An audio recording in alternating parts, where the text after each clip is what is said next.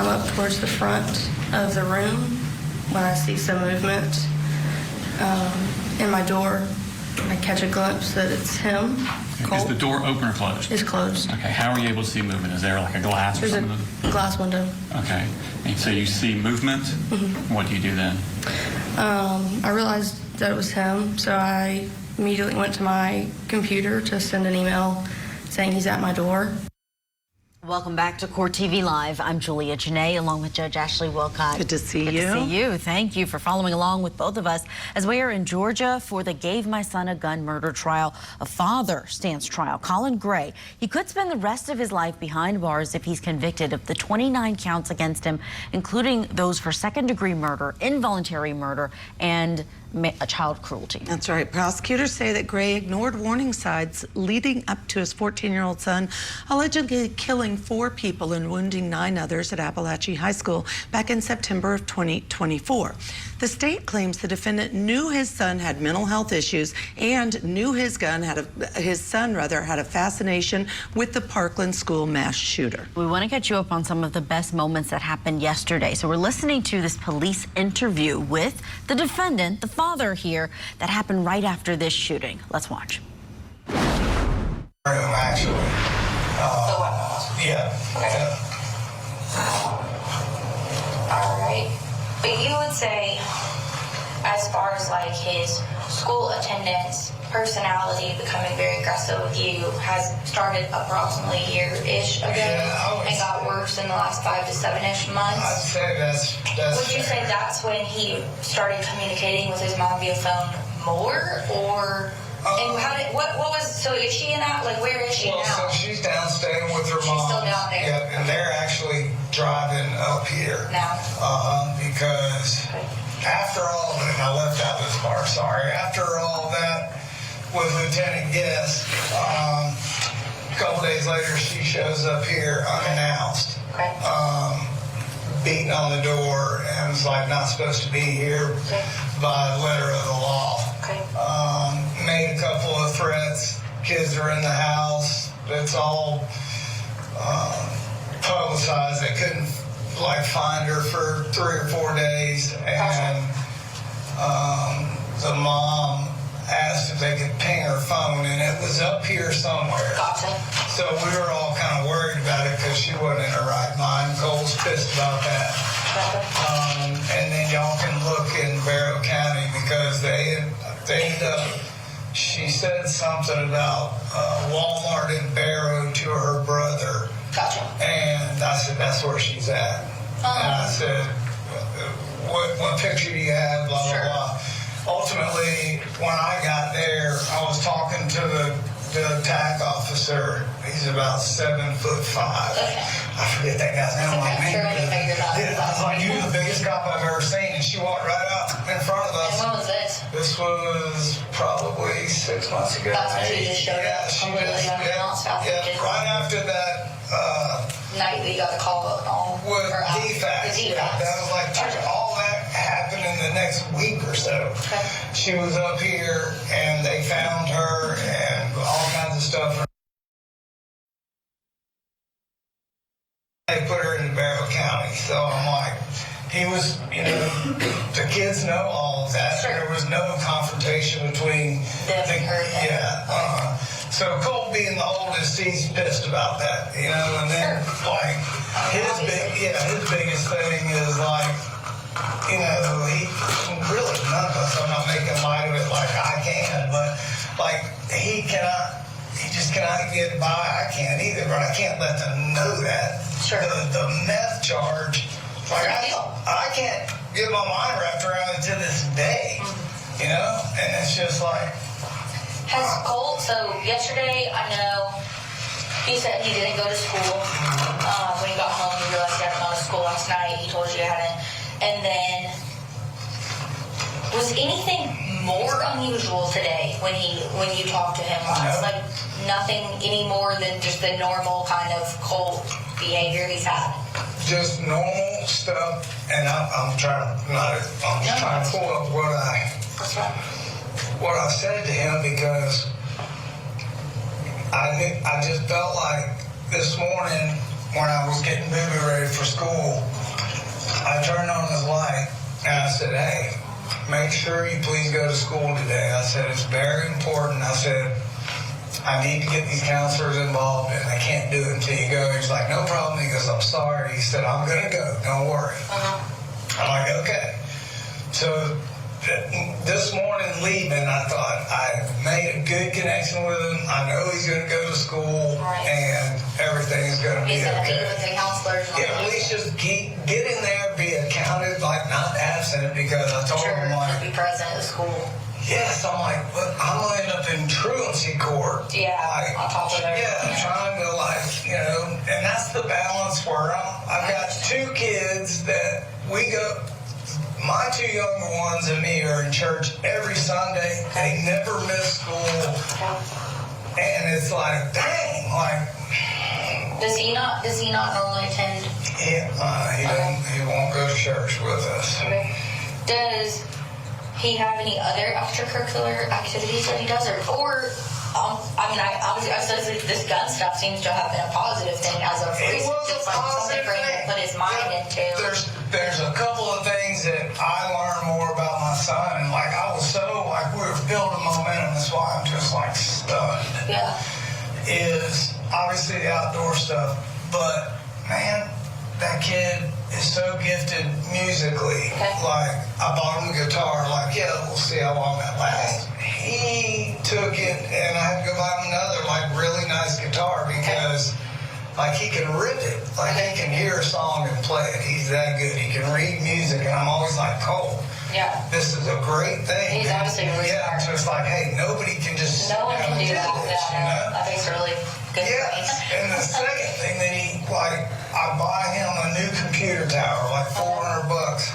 Come home from work, it's in 3,500 pieces on the floor. I'm like, what are you doing? He said, I'm rebuilding my computer. I'm like, there's no way, Colt. I'm like, look at all those. I came back, long story short. Not only was it working, he swapped out all these graphic cards. He's like, I did this and that. I was like, where did you learn to do this? He said, I just got it. Yeah. I'm like, Colt, you have so many gifts. Like today, I say the same thing every morning. I'm like, hey, you got a lot of natural gifts, a lot of talents. You're a handsome man. I said, let's go. I said, come on, we'll get through this together, Colt. I said, there's nothing we can't do together. Like, come on, please. I'll do whatever I have to do for you. Tell me about his friends. Like, who are the names or people that you hear, or does he? There's nobody he has ever been, like, friends with. Okay.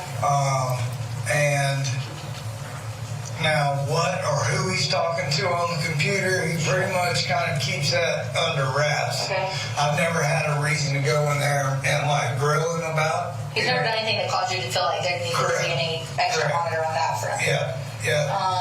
How about his phone? Does he have a phone? Obviously, does he be texting him? I bought a Walmart pay-as-you-go.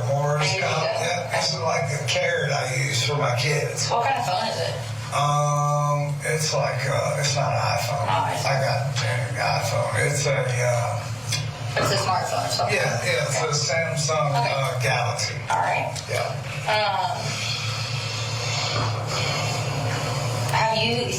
Have you noticed him being on his computer or phone more in the last couple of weeks, more than usual, or just more focused on the gun the last couple of days, or is that pretty normal since you got it from the door? For the last week, like the gun, he hadn't even like. Once we got that little bullet in there and he bore-sighted it, he just put it back over there and didn't really do nothing. His big thing was he broke 2 strings on his guitar, and he said that he needed his guitar because he had met somebody and they were playing like not jam sessions, but they were sharing like back and forth licks on the guitar. And I'm like, okay, so I got that guitar string the other day and fixed it, but there's not been like, you know, in fact, that's like one of the things I'm continuing talking to him is like, hey man, you know, like I love hanging out with you and everything, but you know, you need to like make some friends. And you know, I was trying to get him to go deer hunt with us this year, so I got a guy I work with whose son's a couple years older, but Same thing, you know, I'm just trying to get him out of the house. He's kind of a, you know, he's a not in the crowd type of person, you know. He just, like, if we go to the grocery store and it's like slam packed, he'll just stay in the truck. Okay. So he would prefer to be kind of a lone wolf, you would say, or lone. He's not going to be the guy that's bubbling and making a ton of money. Yeah, no.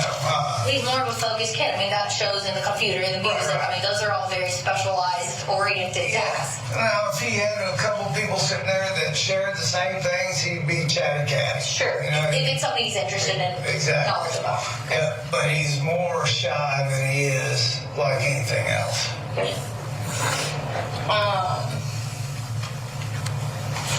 All right. And when did you get home today? Tell me that. So I was at work And you said you work where? I'm sorry. I work for Kevin Price Construction out of Athens. And I'm building fire stations right now, so in Forsyth County. So I was up on the roof this morning, and my little girl texted me and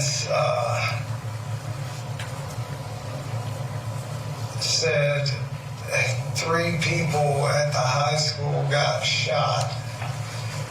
And I'm like, oh no. I said,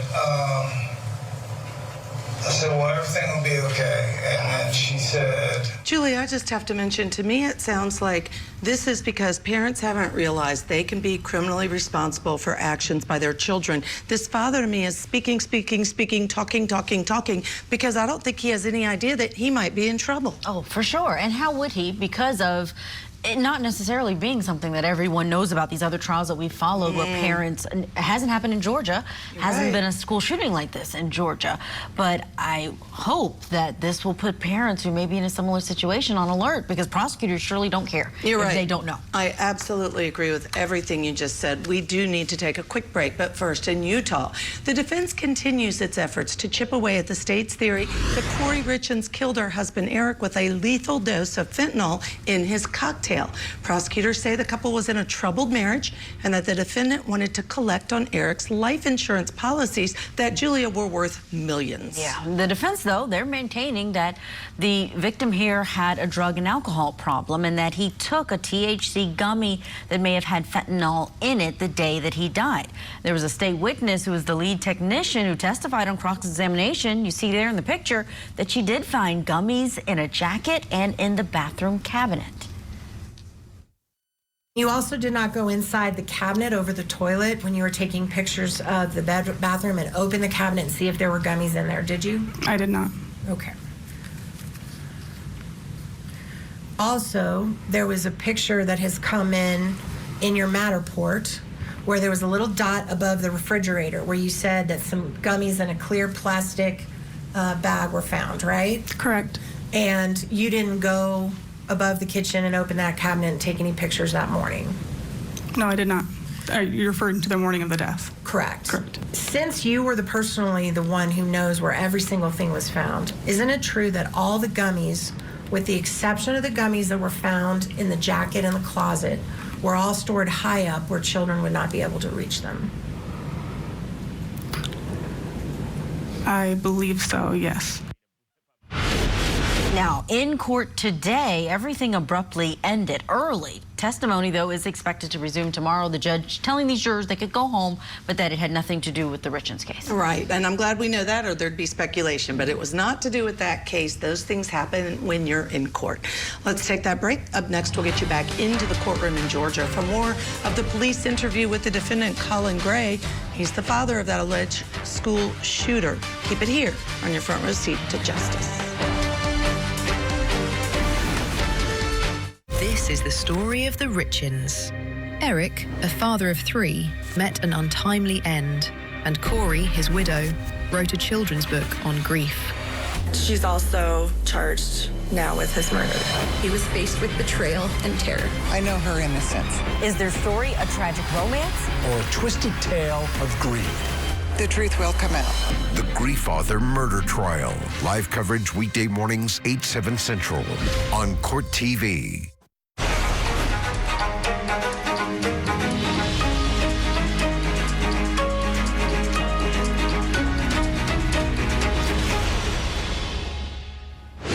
We will get back to court in just a moment, but first, here are several cases we are tracking here at Court TV. In Florida, former NFL star Antonio Brown is set to go to trial January 11th of next year. He's facing a felony charge of attempted second-degree murder with a firearm after a fight led to shots fired outside of a celebrity boxing match in Miami last year. No one was shot. Brown has pleaded not guilty and claims self-defense. A status hearing is scheduled for March 24th. In Michigan, jurors went on a jury view in the hidden murder of Dee Warner trial today. The jury saw key locations in the case against Dale Warner. It took most of the day. Warner faces life in prison if he's convicted of this cold case murder of his wife, who was last seen back in 2021. Testimony is expected to resume in that case tomorrow. And in Arizona, the search for Nancy Guthrie, the 84-year-old missing mother of Today's Show host Savannah Guthrie, stretches into a fourth week with no major breakthrough. The Guthrie family recently upped the reward money to $1 million for information leading to her recovery. And we're turning our attention now back to Georgia, where we have been following the case against Father Colin Gray, who has been accused in the school shooting that is alleged to have been done by his son. His son has not gone to trial yet, Colt Gray, but right now we're listening back to some key moments in this trial. And what we're listening to is an interview done of Colin Gray right after this school shooting, and you can hear him not only protesting that he could have known what was going to happen with his son, but also talking about what he remembers about what led up to that fateful day. I said, it's okay. I said, did you talk to Mammy or your mama? Meaning, she usually will call her grandmother. Sure. And I'm trying to bridge the gap between her and her mom, but she's kind of pissed at her mom too. So she said she was talking to Mammy.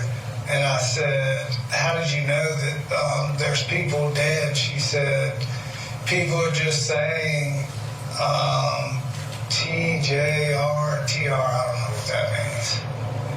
She said, no, she misspelled there. I said, what does that mean? She said, there, with a star. I said, have you talked to Colt today? She didn't answer. I said, she said, are you coming to get me in school? And I said, yes. And she said, thank you. So. Okay. When he left this, did you see what he was wearing or anything like that? No, this morning, well, actually last night, I said, hey, I ironed this shirt and this zip-up jacket for you because it's going to be a little chilly in the morning. Okay. So that was pretty much it. Do you have cameras or anything on the house, or are you aware if people come and go during the day, like your kid? No? No. Okay.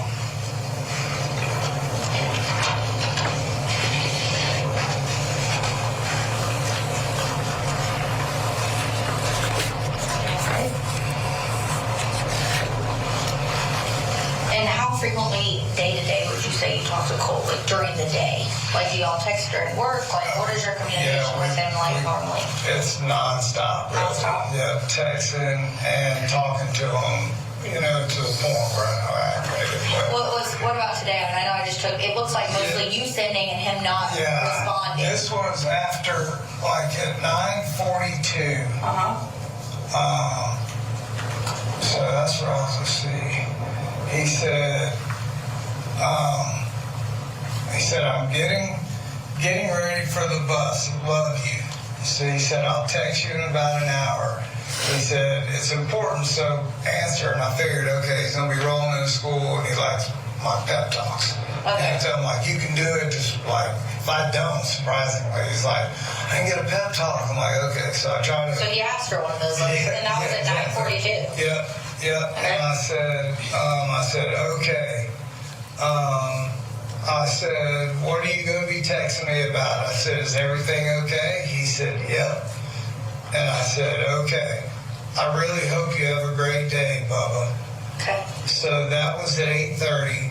And then at 9:42, he said, just out of the blue, I hadn't been talking to him. I was actually having a job meeting about the crane on site. Okay.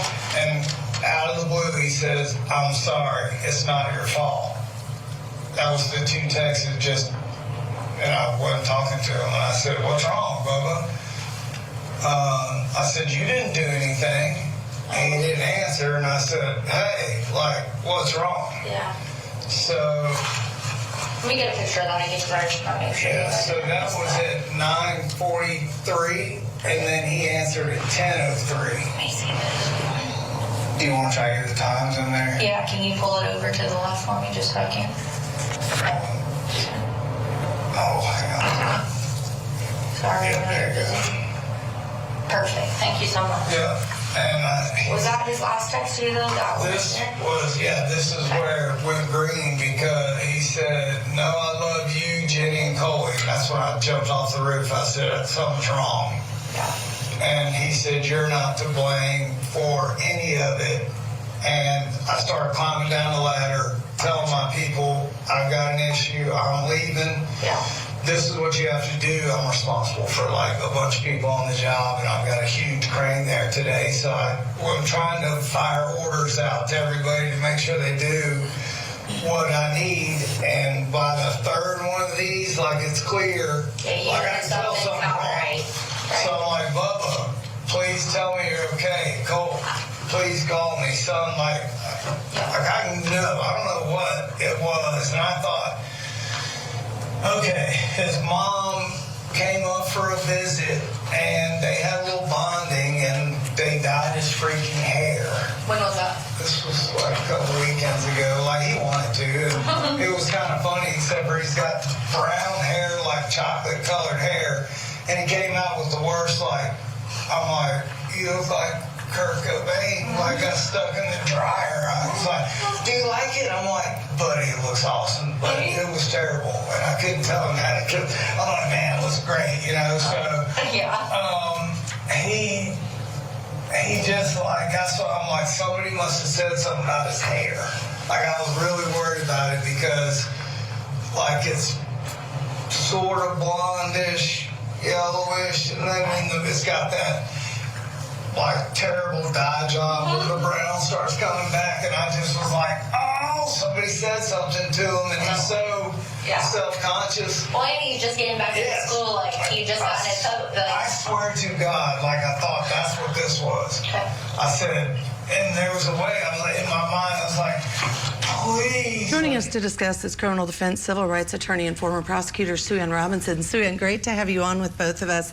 Here's what bothers me is this is right after the shooting, a horrific shooting. People are dead. And he's so casually talking about, "Oh, and he dyed his hair, and of course it looked off. I didn't tell him it looked off. I said, 'Oh, it looks great, bud.'" It's so casual in light of the horrific incident that's just happened. Absolutely, Judge. I think that he is kind of just very conversational, very relaxed in the conversation.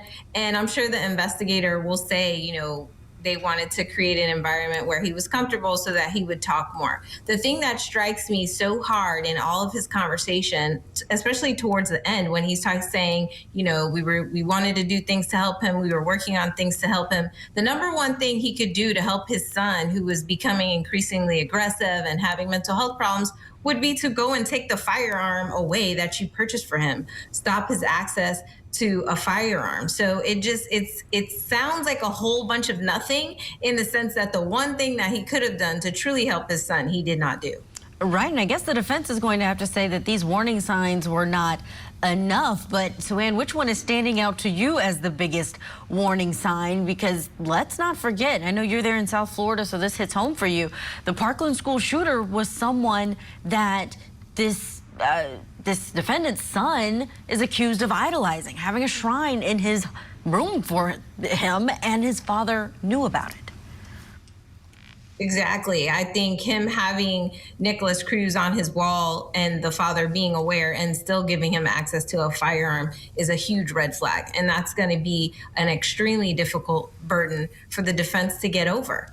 I mean, the testimony's in from his sister saying, yeah, we knew that he had this on his wall. The dad was aware of it. The family was aware of it. He's becoming increasingly aggressive. He's sending text messages to his grandmother saying he's struggling with his mental health. The number one thing to do would be to limit his access to firearms if you know that he's idolizing someone who participated in a school shooting. And he just didn't do it. It all seems so simple, but the defense arguing that hindsight is what's 20/20 here. Yeah, and there's a good argument for that, but still a set of facts that I think the defendant may have a hard time overcoming. Yeah. Let's step aside. We're going to hear more of the defendant's interview with an investigator after this mass shooting allegedly committed by Colt Gray, while Colin Gray is the one standing trial. Stay right here with Court TV.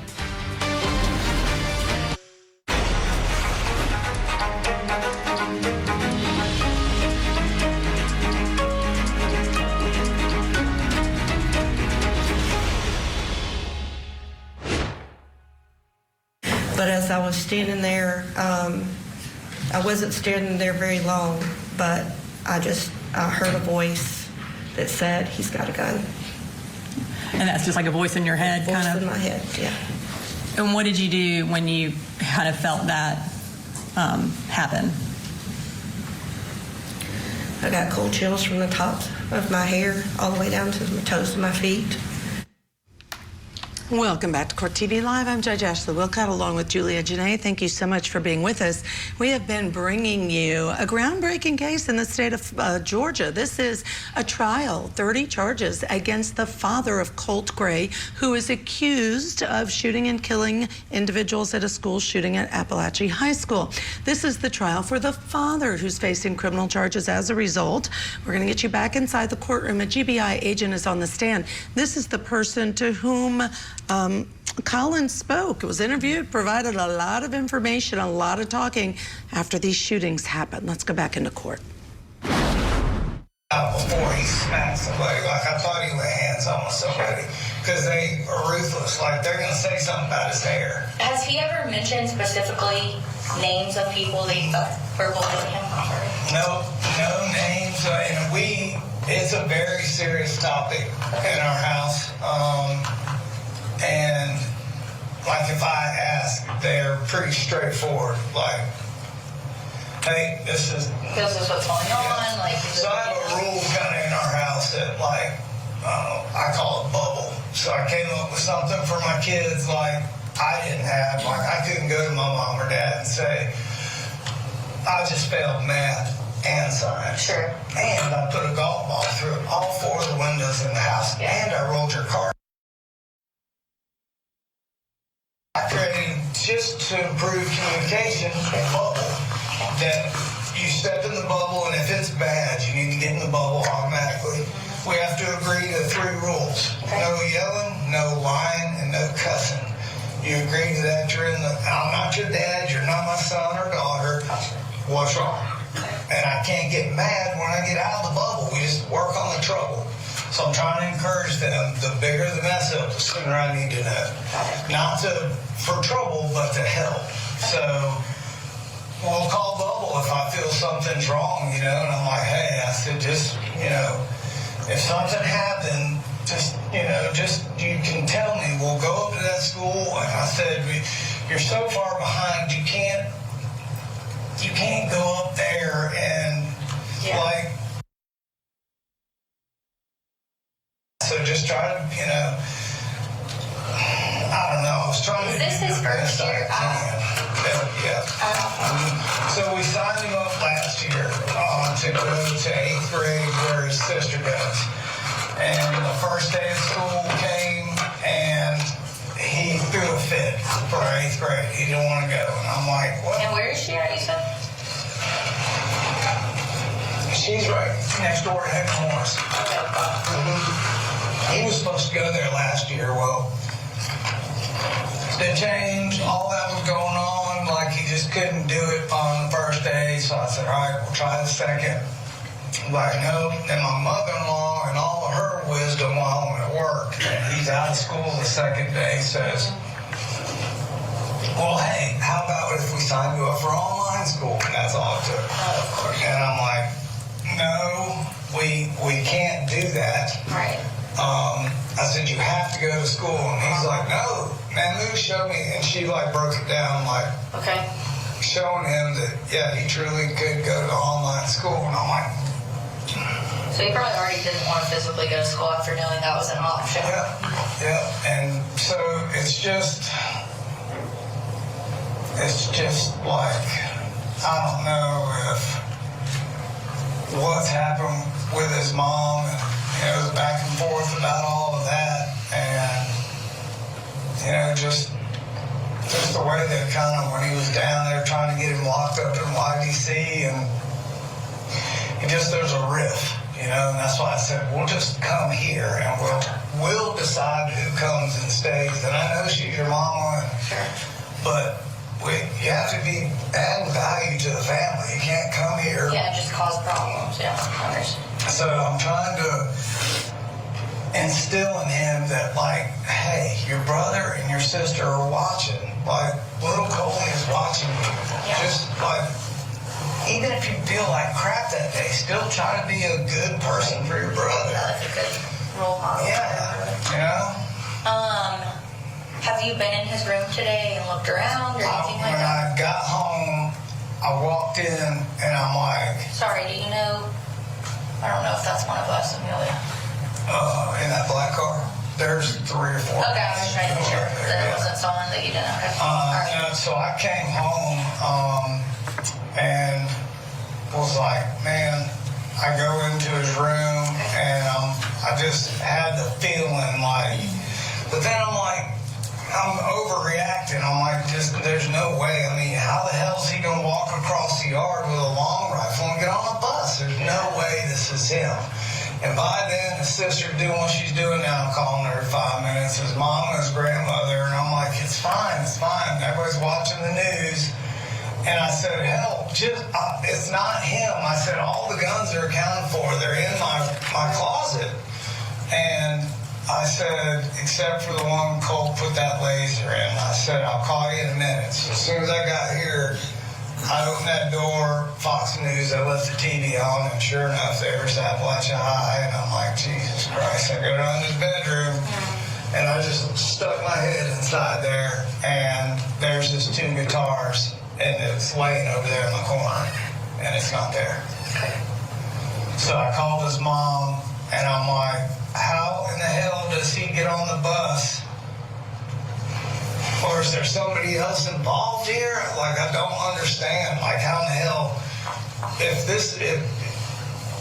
like, nobody's talking to me. I know what happened, and I'm upset and sad, but I'm really pissed because that kid, man, like, this is so wrong. And he's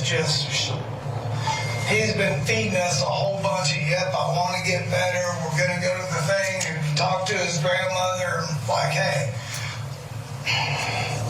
So I just stuck my head in there and called his mom and said, well, stand by. I said, because his AR is not here. Okay. And then y'all start beating on the door. I'm going to find out what information I can give to you at this time. That's one thing I'm going to try to do for you because I'm sure you have 9 million things going through your head right now. And I've got and you have other kids. Yes, so that's important as well. It's the only thing that Okay. It's just a normal life. I can't believe it. Also, though, do you have any follow-up questions? Yeah, I've got a few. All right, what you got? I have a 15-year-old. I was told, I didn't see it, but I was told Yes, sir. you need to okay. Okay, they're hitting a pause there in court, and we'll hit the pause button as well on that audio interview. Ashley, when I heard him say that I'm looking in my closet and I see all the guns are accounted for, he's assuring family members that his son could not be a school shooter. That shows you how disconnected he was from his son's own gun. He had to be reminded and then go to his room to look and see, oh, his assault rifle isn't here. Yeah, exactly. And it's hard to imagine as a parent that you you wouldn't know something that significant and remember something that significant. I think it just means he didn't give much thought to his son. That's what it says to me. Okay, let's get to our break. When we come back, we're going to hear more of what he had to say to the Georgia Bureau of Investigation that was looking into this school shooting that shocked the community and the state. Stay with us. This is the story of the Richens. Eric, a father of 3, met an untimely end, and Corey, his widow, wrote a children's book on grief. She's also charged now with his murder.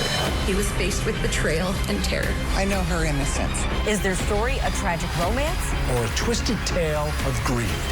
The truth will come out. The Gray Father Murder Trial. Live coverage weekday mornings, 8, 7 Central on Court TV.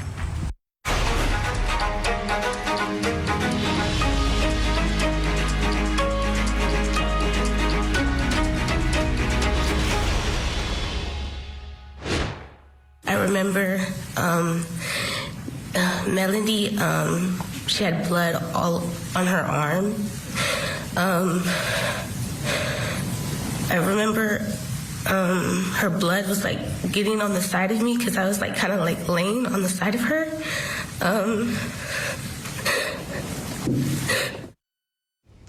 That is hearing from one of the survivors of the school shooting that happened in Barrow County, Georgia, Apalachee High School.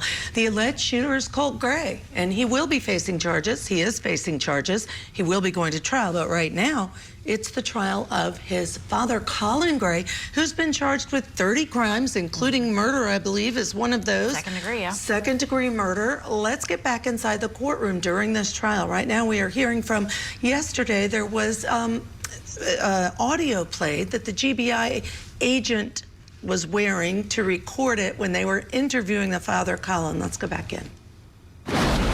School, other than the conversation about, can I look at my phone? This will be the email. Yeah, I was going to ask you if you didn't mind. We would love to get a copy of that just so that we have it as well. So Jade Baker, Lisa Butler,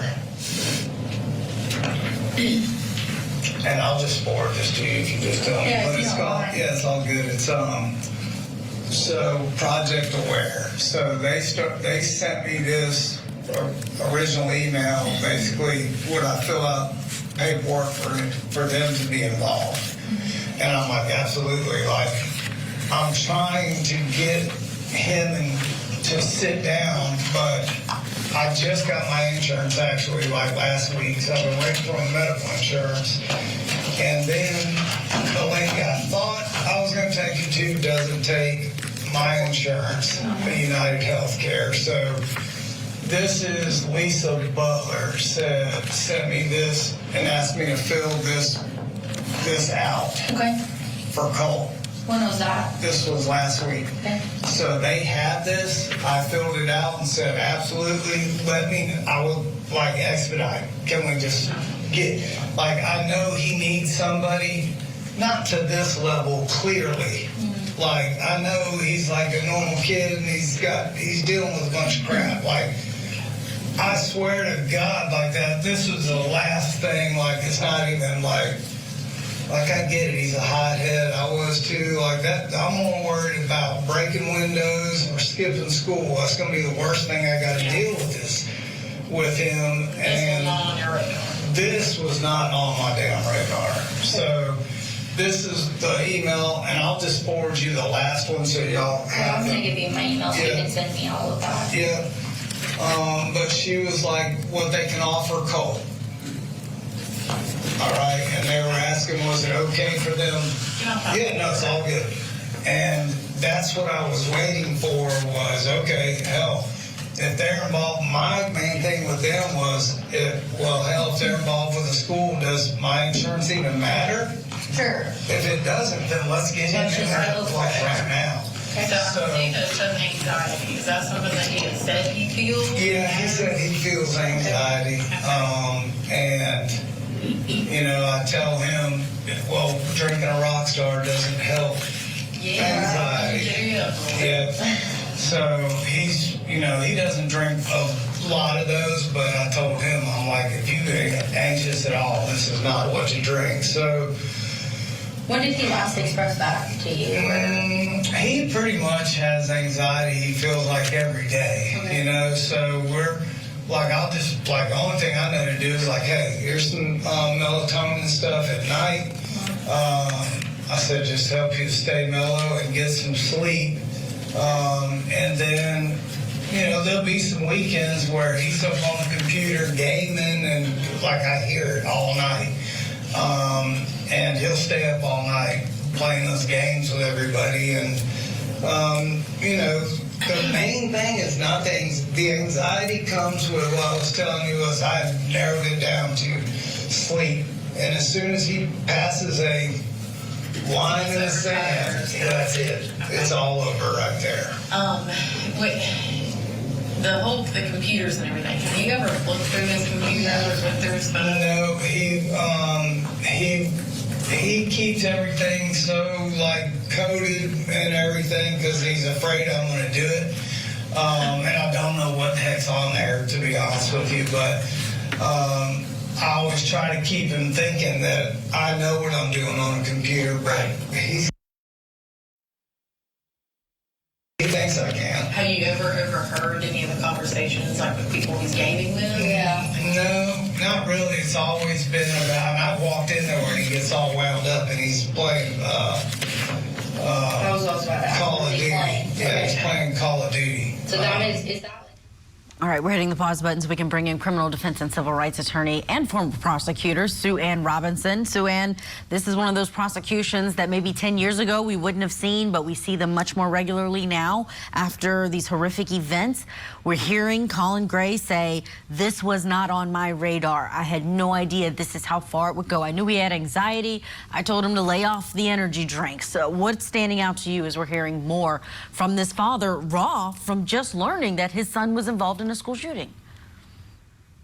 Right, Julia. It's kind of like the Crumbleys and those families. Those families were the canaries in the coal mine. I don't know about you, but there's nothing that he can say after the jury sees the evidence that his son had a shrine to Nicholas Cruz in his bedroom. He didn't have Kurt Cobain. He didn't have a musician. He didn't have a president. He had a school shooter, and the father provided access to a firearm. So it's tremendously difficult for me to hear anything that kind of overcomes that, even with him discussing the anxiety, even with him discussing, hey, I'm trying to get him a counselor at school. It's, why did you give him access to a firearm? And why didn't you revoke access to the firearm once you saw that things were progressing in a negative way? So it's just going to be very, very difficult for the defense to put up something that outweighs the fact that he gave him access to a firearm and never took it away. And then is testifying that he wasn't sure where the firearm was at the time of the shooting and that he had to go to the bedroom to look for it. That's just a level of carelessness and recklessness under that specific context that is going to be extremely difficult to overcome. So just really quickly, what do you think of the fact that the father's trial is being heard prior to the trial for Colt, the alleged shooter? I think that it's appropriate in the sense that Colt has already admitted what he did. So he's not pleading not guilty. I think the issue is that right now, with these circumstances, there has to be some accountability for the parents, for the person who gives access to firearms to a teen that is deteriorating mentally. And that's what we are seeing more and more. Sue Ann Robinson, thank you so much for joining us tonight and lending us your expertise. We appreciate it. Ahead next hour, we're going to get you back to Georgia. More of that GBI interview. The defendant talking to police, explaining what he knew about his son before this deadly school shooting.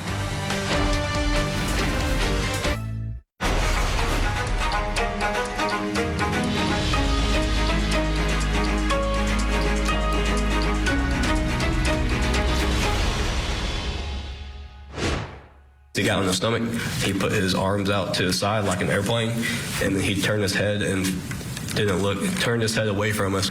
When we got close enough, Sergeant Boyd pulled his handcuffs out, and I kept him at gunpoint to provide lethal coverage while Sergeant Boyd placed him in handcuffs.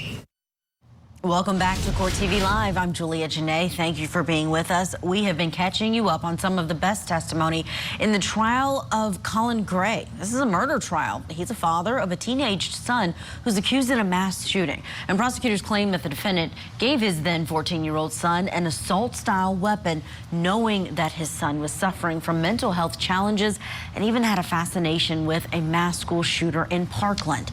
Now, according to the state, the son killed 4 people and wounded 9 others at Apalachee High School back in September of 2024. That case has not gone to trial yet. No conviction against Colt Gray because they're waiting on a mental health evaluation. Let's get you back inside the courtroom now. We're listening to the state playing this Georgia Bureau of Investigation interview that they did with the father of what they believe to be, who they believe to be the school shooter, and that's the defendant. Let's listen. If he's up most of the night, he's gaming. And he's using like a computer, not Xbox or PlayStation? No, he's got both. So he's got both. Yeah. So he's usually using his computer. Yeah, exactly. Okay. Going all the way back to 7th grade. Yeah.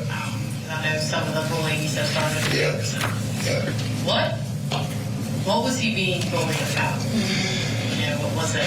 Looks? Was it attitudes? Yeah, no, he's more of he is just kind of like he's real quiet. Like he won't go out of his way to talk or introduce himself or anything like that. And it started with a group of people in middle school that there was a kid, there were 2 guys and 3 girls, and he would sit at the end of the lunch table and just by himself basically. And one of the kids would come by, and it's okay, and it started with them flicking him in the ear. Okay. And that's the first time I went up to a school. I was like, okay, we're not just yik-yakking now. I know it's just a flick in the ear, but they make contact with him, and I don't want to make sure we're doing the right thing here, and you got people on this. And it just kind of kept going on all year. And I said, listen, can we, like the 3rd or 4th time I went to Jefferson, I'm like, can we have him just show up for school? And I know this is terrible, but I was in ISI in high school a lot because I'm the only boy of 4 sisters. Okay. So, no need for explaining. I got it. So that was just something to where he didn't and has never really been around a lot of bullying, obviously. And I don't know if he knew how to respond. I just told him, do not touch anybody else. Yeah. They're touching you, but 2 wrongs don't make a right. So we kind of back and forth about that, and it was clear by the end of the year that when he came home, he was like, listen, I'm good. I'm 7th grade over. He's like, I don't want to go back to that school. Okay. I'm like, okay, well, where do you want to live? It's just us now. He said, I want to get as close to Statham so I know where we're at. I'm like, okay, so that's how we ended up here. And this was before the Littles came back up here, right? Yes. Okay. Yeah. And going into the room a little bit, I know you said that you knew where his controls were. You knew where he kept that rifle in his room. Yeah. Have you ever been in his room further than just sticking your head in? Oh, yeah. I'll go in there and sit on the bed and talk to him about whatever we're talking about. Bring him dinner. I cook dinner every night, bring him in there if he's in the middle of something. So, yeah, I'm in there quite a bit. Okay. Did you ever see anything in his room that concerned you? I mean, no, and I'm on full alert for it just because of what's going on. And I'm the rift between him and his mom. He's not going to school, so I'm like, I've been looking for pictures, posters, notes, conversations. No, he's leveling out. No, he had this weird poster on his wall of some guy with a red wig on. I'm like, who is that? And he was like, Oh, I'm glad you just said that. Yeah, what did he say about that guy? So it wasn't that guy. It was the guy that was on his wall 2 days ago. And I walked in and I'm like, where's the punk band dude? And I said, who's that? He goes, you don't know who that is? I'm like, no. I said, I don't know who it is, and why is he on your wall? He's like, oh, it's no big deal. I'm like, okay. So I let it go, finished dinner, like, hey, I'm gonna go take a shower, and then me and Boo Boo gonna watch a movie. And I said, where'd that picture go? And he said, oh, I took it down. I said, well, who was he? He goes, you really don't know who that was? I'm like, I'm asking who it is. He goes, oh, that's one of the guys that did that last school shooting. Okay, and that was maybe 2 or 3 days ago when I saw that picture. 2 or 3 days ago? Yep. What did he say why he had that? Or No, what is it? he didn't say anything other than, like, I had no idea what that, it didn't look, like something wrong with that kid. Yeah. You know what I mean? Like, I just What kind of didn't picture know. was it? So it was like a brown-haired, like, teenager, like late teens, and he had glasses. And he put that the same place that he had previously had his that rock thing. redhead poster. And now that you just said that, I didn't even think about looking in there for that. But somebody said something about a warrant, so I guess y'all are going in the house anyway. So. Yeah, I mean, I hope you understand why. Well, yeah. And my little sister is a retired lieutenant out in Las Vegas. So. Well, then you know what we're doing. I know exactly what y'all are doing, and like I'm just pissed. What about a firearm in a silver toolbox or pellet case? Is any of that familiar to you? Yeah. What did you say? A firearm that was in a silver toolbox or a pelican case in your truck. You familiar with that? No, I don't have a pelican case. Okay. What about, you have a toolbox on that truck? I didn't even see. No. Okay. So, this morning, oh, no, I'm sorry. No, what was that? Because I was like, that's the kind of stuff right there. So, I was even in the room. As you and can heard see, that. there's like 100 people just here and school. There's stuff getting thrown all around. So yeah, and then I'm not sure what this even the is. state troopers like ripped out of here, and I'm like, So this is what I want to tell you. And if you have more questions, I don't want to get you sidetracked. Yeah. Finish your questions. Okay. I'll give him a spiel. Yeah. Okay. Sorry. You're good. I'm going to give myself a star. Spiel later. So, no, I want to, because this is you saw the news. You know that there's some serious stuff that's happening. yeah. And so we have got to get every detail and every bit of information about him and his behavior and what he's going through. Yeah. When it comes to his mother, when is the last time they have spoken to each other? I guess over the weekend they were texting. Okay.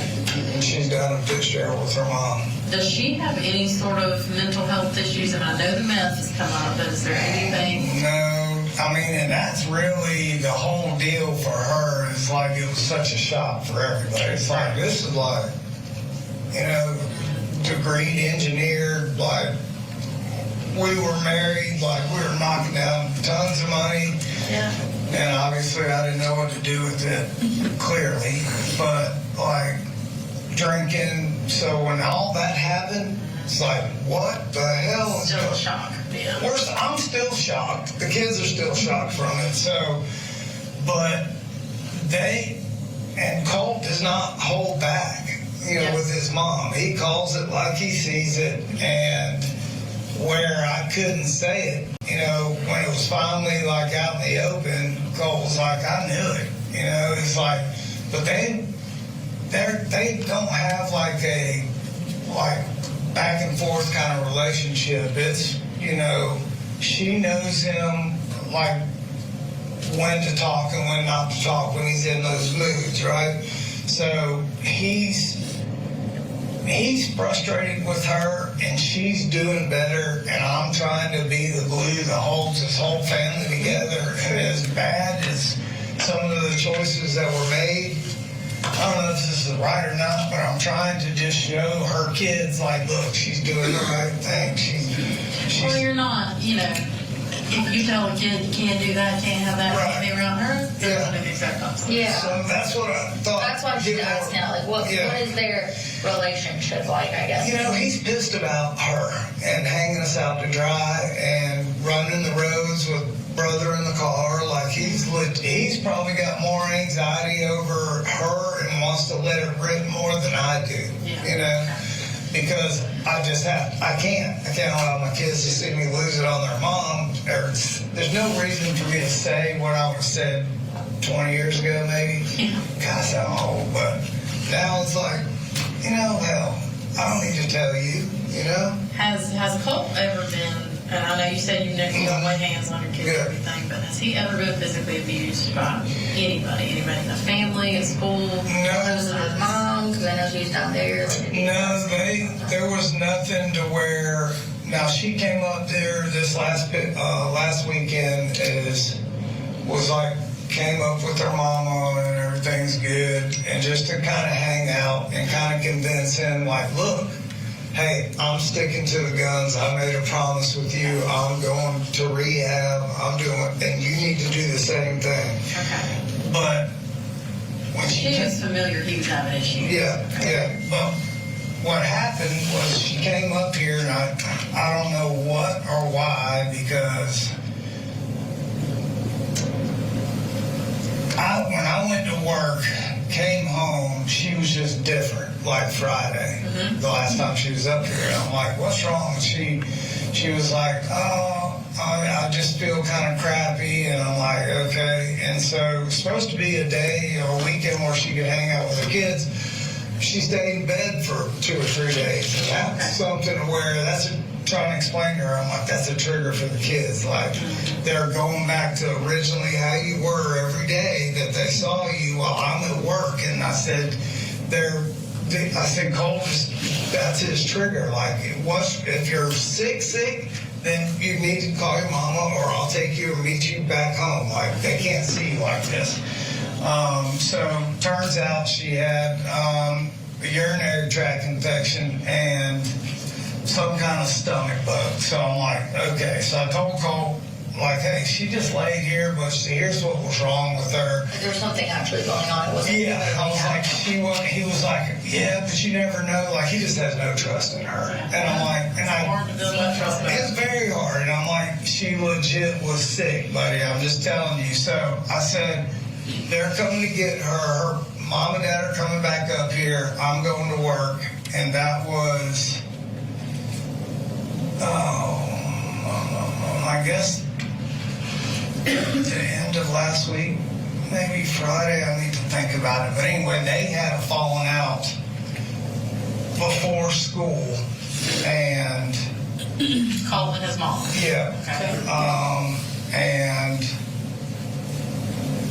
he was texting me, and I'm like, what are y'all fighting about?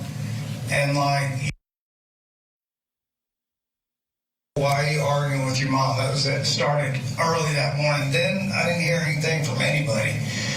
At lunch, I called her and I said, hey, is everything okay? He make it to school. Like, this was his, first day back. And she was like, no. Mama came and picked me up, and Colt was here. And I'm like, no, he wasn't. He was at school. And she said, no. He was in his room. And when we came and started cleaning out all of my stuff, said he walked out of his room. Nobody knew he was there. I'm like, I have a text. He was at school. And she goes, no, he wasn't. So I called the school. They're like, no, he wasn't at school today. I'm like, okay. So I came in and I'm like, what in the hell's going on? He's like, Mama, I don't know what. I'm like, why'd you lie about going to school? He said, when her father tried to get him thrown in YDC down there, it was just ugly, like, mess. What was that about? Yeah. Ever since I said I do, her dad is like, it's like the true shotgun wedding. Oh boy. Yeah. And So he's a two-time Olympian pole vaulter. So many kids in school on full scholarships, teach them how to pole vault, but he has no people skills. Like, he's terrible, and like he doesn't even know his own kids. So that's when they were staying down there, and I had come back up here to start work and try to get enough money so we could move back up here. All this rift stuff with them, and so when all that happened, the dad and Colt had a big falling out. He was saying if he ever showed up back down there that the grandfather was like, we'll throw you in YDC. When they showed up to take her, it was just supposed to be her mom. And when they showed up to take her and bring her stuff, the dad was with her. And so that was bad, but not as worse as me going arguing like Colt is at school and then him calling me and going, I'm sorry, I didn't go to school. Like, so you just played right into their hands. Now it looks like I don't know what the hell's going on. Yeah, it makes it look like you're not aware of where your kids are. And I'm like, well, you know, so like and it's such a fine line I have to walk with him when I'm saying that, because I'm trying to build him back up. Like, hey, we can push through this, and Mama does all, like, it's fine. Well, I just don't try to just beat them down, whether they're wrong, or just like, hey, let's learn from this, build them back up, and just keep trying to be positive. The attorney side of me has got to say something about this interview, because it is extremely long. You see how free he is with the way that he's interacting with the police. He's not under arrest, but he's very well aware that his son is under arrest for a school shooting.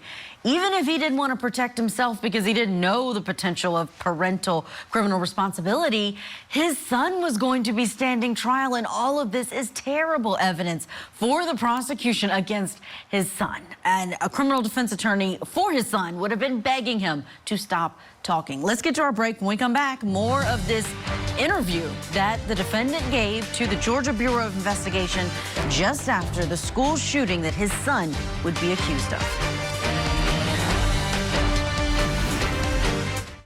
Tonight on Court TV. I'm Vinny Politan. Welcome to Closing Arguments. We have a big hour ahead here.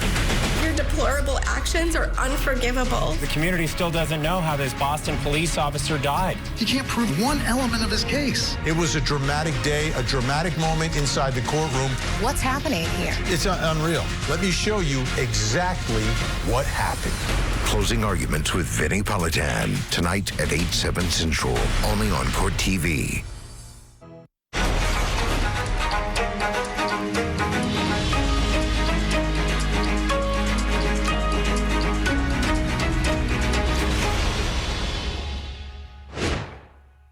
At some point during that conversation, does he ask you a question that disturbs you?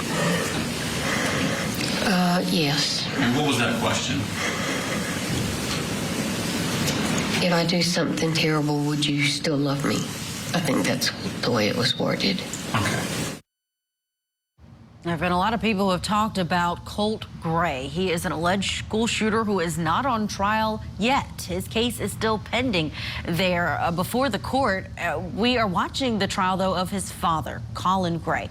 And he's someone who's accused of being a gun-gifting father who was responsible for his son's alleged crimes. The shooting of 4 people, killing them and injuring 9 others. Let's get back into the courtroom. We are listening to this recorded interview, audio only, from the Georgia Bureau of Investigation.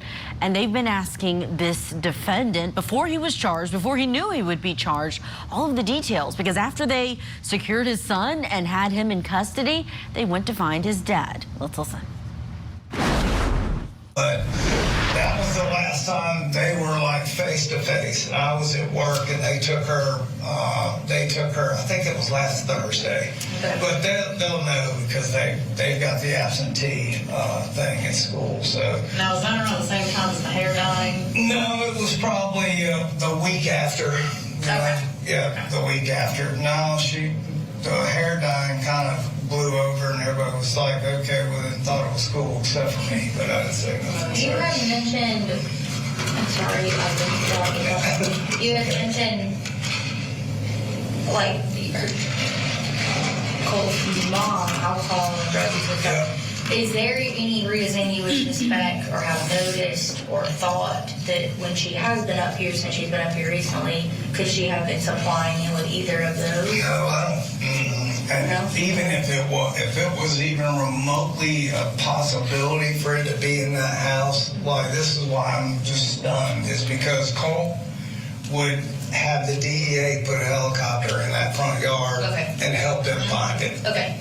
So he's just because of the mob, he's so against because he saw it and did. Okay. Okay. Like 100%. Okay. Okay. Do you keep any alcohol in the house or anything? No. I hate alcohol so bad. Like I can't even. No. There's no alcohol in that house. All right, well, focusing on specifically today, this morning, and the events of today. Sure. This firearm, you said that he got the rifle at Christmas. Is that right? Yep. Okay. And then something kind of not broke with it, but something got jammed. So. Yeah. So the original rifle that we went deer hunting with killed the deer, but it jammed. That was the Bushmaster. That was the Bushmaster. Okay. So then you got a new one at Christmas. Yeah. So I took it back to Mike's gunner, and that's the only place we go. And I was like, hey. He's like, damn. I'm really sorry. He even told Cole, he's like, I'm sorry, pick one out.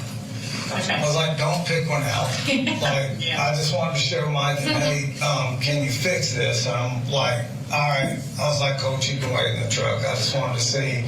And I told Mike then, I was like, look, I said, I don't want this one. I said, it's kind of dangerous, and he's freaked out by it. I said, but when I come back for Christmas, I said, let's just get him one. I don't need top of the line. I just need something that we can throw down in the mud and go coyote hunting. He doesn't have to worry about anything jamming. He was like, okay. So that's what we ended up with. So, like, he is, like, I'm just shocked because he is very gun conscious, safety, and like he gets it. I was going to go to the next question. I'm assuming if you're going to like a range and there's firearms. Oh yeah, like he took the test at the range pass place. You know, I'm like, it's like you have to take it. I'm like, I know you're shooting too. You take it. Yeah. So I made him take it with us, and Jenny went the last time and watched us do all of that. So there's safety measures, glasses, ear protection. Like they do it how it should be done, and we have not physically gone out shooting outside of that, like at a range in a not controlled environment yet. We haven't done that yet. So the goal, well, we went deer hunting. Yeah, that was the one. Like I literally bought in that rifle like a couple of days before we went deer hunting. So that's the extent of that. As far as you mentioned that, like, how could he walk on a bus with a long rifle? Yep. You know, is this a firearm?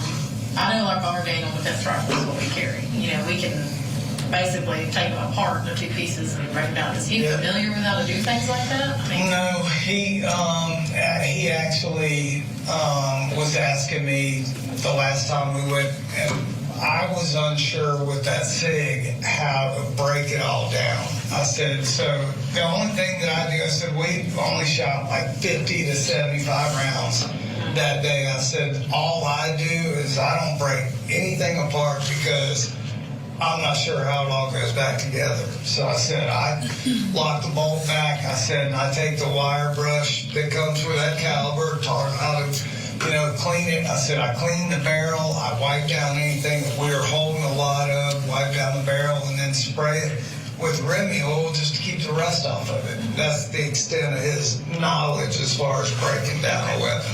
He couldn't, like, if we told him to do it, he couldn't do it. That I'm aware of. I've never taught him to do it because I have no idea. Yeah. And I think that's a good question to have, like, how did he get on the bus? Does he carry a backpack? He does. Yeah, it's a JanSport backpack. We just bought the same one that he wanted for his little tank. And I'm just telling you, man, like, his little sister, man, idolizes him even when he is just being a total ass. Like, your sister thinks you own the moon, dude. Like, come on. And I'm just sitting here like, what the hell am I going to tell her? As far as, I know you talked about he's been physical with you before. Yeah. Has there ever been any of those instances at school where he's gotten physical with anybody? No. And the only time it's ever been that was at Jefferson, and I was called about that. But full-on fights or ain't really even any kind of bullying or chippiness or like nothing like that at school. So. Okay. And I know you said he was kind of falling behind grades-wise and stuff. Has he had any difficulties with teachers? Okay, we're hitting the pause button on this interview because we've got to get some reaction from our guest this hour. Criminal defense attorney and former prosecutor David Bruno is with us. David, I understand you agree with me on how detailed this voluntary interview is. I mean, diarrhea of the mouth. This is one of those statements. If I'm defense counsel and I get this statement in discovery, I'm like, stop, please. You know, it just gets worse and worse and worse. I've been commenting on this case from the beginning, multiple shows, and I've always said, like, this is a difficult case for prosecutors on the definition of criminal negligence, because there's a reasonable, first of all, it's reasonable disregard of consequences, but there's a part of that that also requires, with reasonable foresight, that injury will probably result. So that's the biggest element that the prosecutors got to prove beyond a reasonable doubt.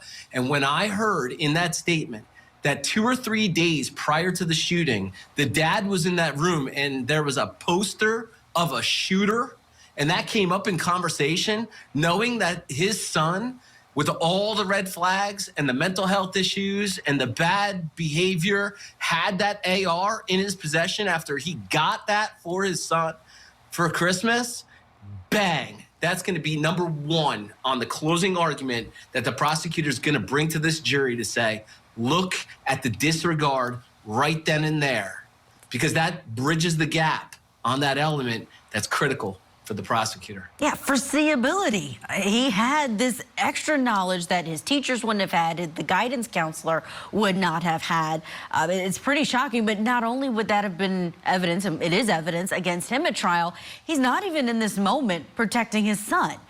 That's my biggest gripe, too. He's not even from a criminal defense attorney. It's great that he's telling police everything. And I guess I wonder about that, too. David, do you think the defense can use his candor in this, where he is spilling everything that investigators want in the moments after his son is arrested, to show he really did not see this coming and wants to help in any way he can? It's the only thing going for him right now, and that is the candor and the cooperation. That's how I would frame it, cooperation, right? But with that being said, it's also, I mean, I'm ick on this guy right now. Like, I'm watching him and it's dislike. Why? Because of the tone as well. They're laughing about the color of his son's hair and how he looked. They're laughing. It's almost like they're over a beer or a coffee. 4 people were dead and 7 people were injured.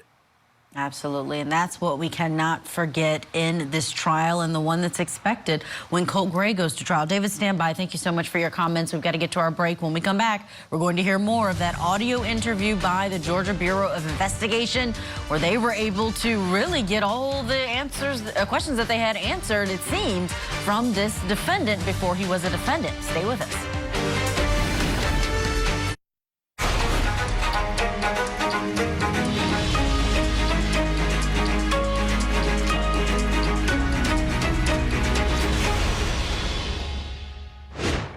I said, I'm not in your room, Colt. I just let me have the gun. I'm going to put it up for a little while. And he turned around and just kind of in one big sweeping motion kind of hit me with his arm / gun. But he hit me very hard enough that it knocked me backwards across the hall. And there's a bathroom directly across from his bedroom in the hall. And he knocked me into that door frame. I ended up hitting my head on the door frame. and basically fell to the floor. That was the mother of an accused school shooter. Marcy Gray is the estranged wife of the defendant, Colin Gray. Their son, Colt Gray, she's describing there some violence that she experienced at his hands. She was not living in the house where he was living at the time of this shooting, and she has not been charged in any way in this case. The judge did threaten, though, to hold her in contempt if she didn't show up in court to testify. Let's get you back inside of the courtroom for this trial that's ongoing for Colin Gray, where he says in this police interview that we're listening to that he was the glue holding his family together. But prosecutors say he wasn't paying attention to the gun that his son would ultimately be holding in a deadly shooting. And she works at GBI. When you get older, you're going to be a good one. That just jogged my memory. So very good. So when he went that day, first day or whatever, and he wasn't having the smoothest day, his first initial try back, right? Yeah. So when he came back home, I'm like, hey, I said, what's the deal? I said, is it students? And please tell me it's not bullying. Like, I'm worried about that. And I was waiting for him to say, oh, they're giving me crap out his hair. And he was like, no. He said, but I just feel like the math teacher is out to get me. Okay. And I'm like, what the hell are you talking about? And he was like, just the interaction that we had. I mean, it was such a, like, that is such a left field statement. I kind of felt like he's kind of like, okay. Like maybe there's more to like maybe my dad's being she's turning into a buckhead Betty. So I'm gonna mess with him. And I'm like, what does that mean? You know? So I just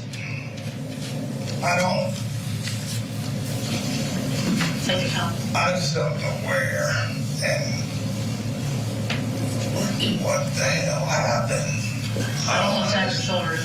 It's okay. No, it's okay. I saw many people, but I'm like, don't touch it. I don't want to be talking.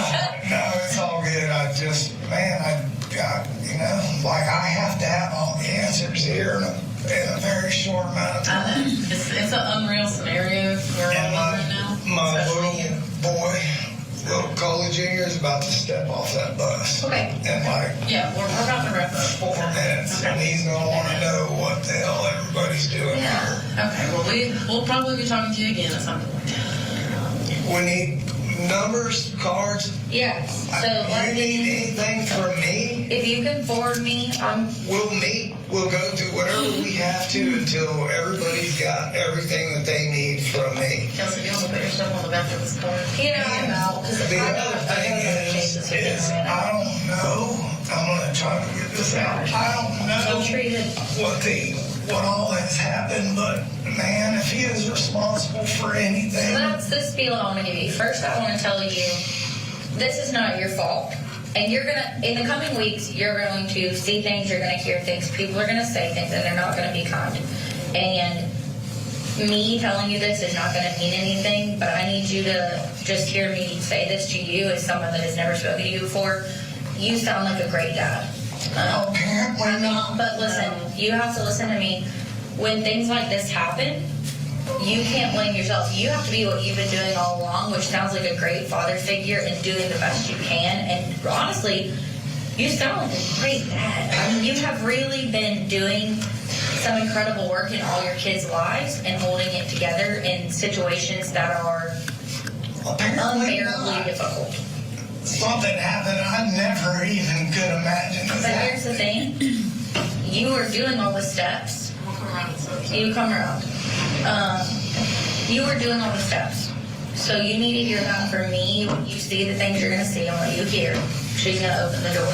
We'll get on this side. You have to understand that you have to keep being this dad, the dad that you just described, because your kids are going to need you to be that and keep being that, okay? 2, the GBI is handling this, and we are available to talk, answer questions when we can answer questions.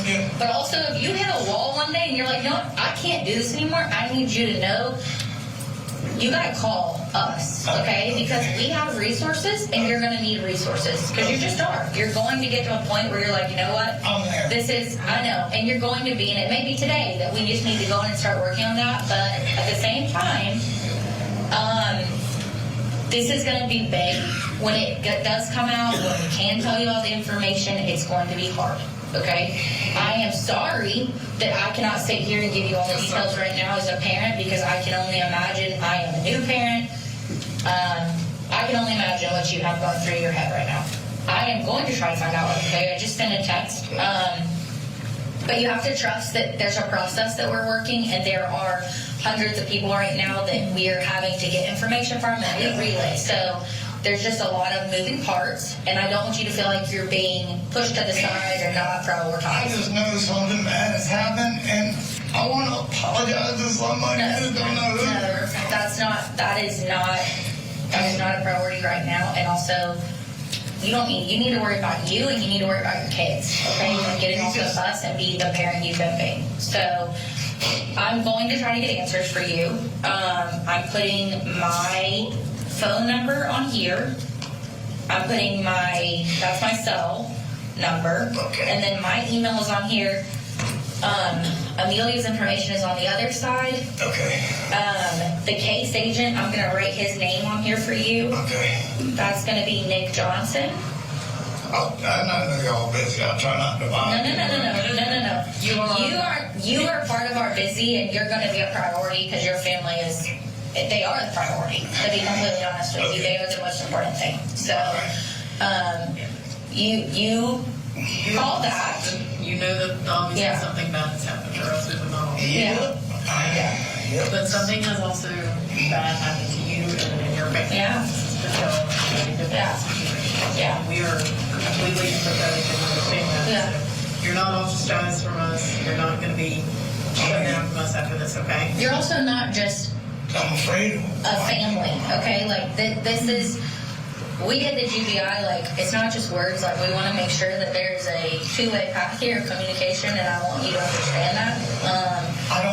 I'm scared for Jenny to go back to school. I know you are. And to be completely honest, those are going to be decisions that have to be made today when we can't raise you no more. Okay. But we're going to be here to help guide you through that. All of our supervisors are here. We're going to have them come out here eventually. Right now they're kind of managing the floods. But you're going to meet them. You're going to have point of contact. The case agent, I'm sure, eventually, it may not be today because he's got a lot he's managing, is going to come make contact with you or make contact with you via phone. What's going to happen now is, yes, you are correct. So a warrant has been gotten for your house. They are going to do a warrant. I will tell you, when we do search warrants of residences, we are probably going to make a mess, but we are going to try very hard to get that house back into an order when we are done. We do not like to leave you in shambles because you don't need another thing to worry about. I can't promise. Well, Sunday was laundry day, so everything's folded on the couch. We're gonna do a lot of digging in there, and it's gonna take us a while. That being said, while that is going on, because it is going to take a long time, I want you as a dad to just do dad, okay? Do dad for your kids. Find out where y'all can go hang out, okay? That's what I need you to do. I am going to turn my recorder off, but after we're done with the interview, I need to get some just like logistic data from you, okay? That's fine. So I'm going to turn this off at it's exactly 3 o'clock on the dot.